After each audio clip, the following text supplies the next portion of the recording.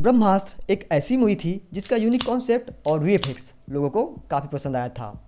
Box office पर movie भले ही अपने जलवे नहीं बिखेर पाई थी, बट ब्रह्मास्त्र का ये अधूरा काम ब्रह्मास्त्र 2 पूरा कर सकती है, जिसके कुछ कॉन्सेप्ट आर्ट अयान मुखर्जी ने ड्रॉप किए हैं।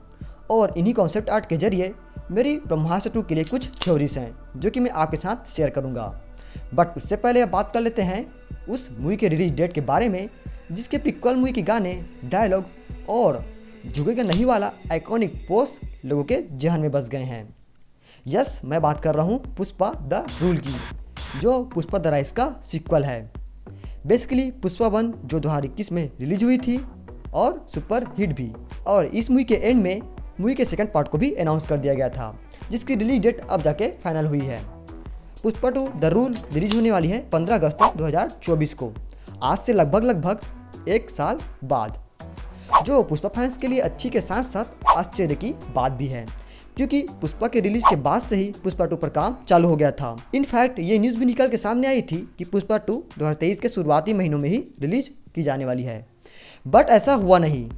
लेकिन फैंस ये उम्मीद लगाने लगे थे कि 2023 की शुरुआत में रिलीज नहीं हुई तो क्या हुआ, 2023 के एंड या 2024 के शुरुआत तक तो हमें पुष्पा 2 देखने को मिल ही जाएगी।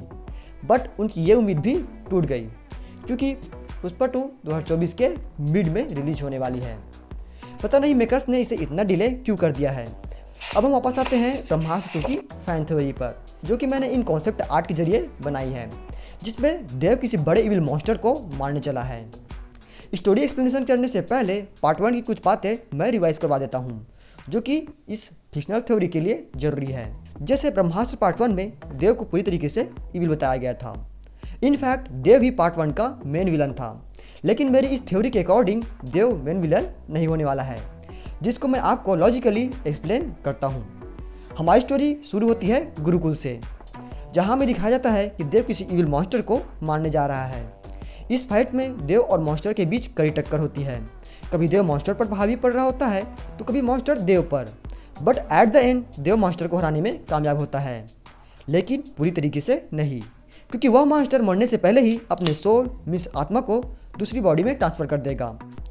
साथ ही वो देव के माइंड पे हावी होकर उसके माइंड को करप्ट करके अपने कंट्रोल में ले लेगा, जिसके बाद देव उसकी वशीभूत होकर वही सब करेगा जो हमने पार्ट 1 में देखा है, जैसे अन्य अस्त्र को हासिल करना, ब्रह्मास्त्र को हासिल करने की कोशिश करना। बट जैसा कि हमें पता है, अमृता देव को रोक देगी और उसे स्टैचू में कैद कर देगी। अब हमारी स्टोरी शिफ्ट होगी पार्ट 1 के एंडिंग सीन पर, जहां देव आज़ाद हो गया है और उस राक्षस के वशीभूत होकर ब्रह्मास्त्र को हासिल करने की कोशिश करेगा, जहां शिवा उसे रोकने आएगा, बट वो नाकामयाब हो जाएगा। बट उसे किसी तरह पता चल जाएगा कि देव किसी के वश में है, और सबसे पहले वो किसी तरह देव के वशीकरण को तोड़ेगा, और फिर देव के बैक स्टोरी सुनने के बाद वो मिलकर जाएंगे उस मॉन्स्टर को मारने, जो कि हमें पार्ट 3 में दिखाया जाएगा। वैसे मैंने ये थ्योरी शॉर्ट में एक्सप्लेन की है। डिटेल एक्सप्लेनेशन के लिए कमेंट्स नाउ।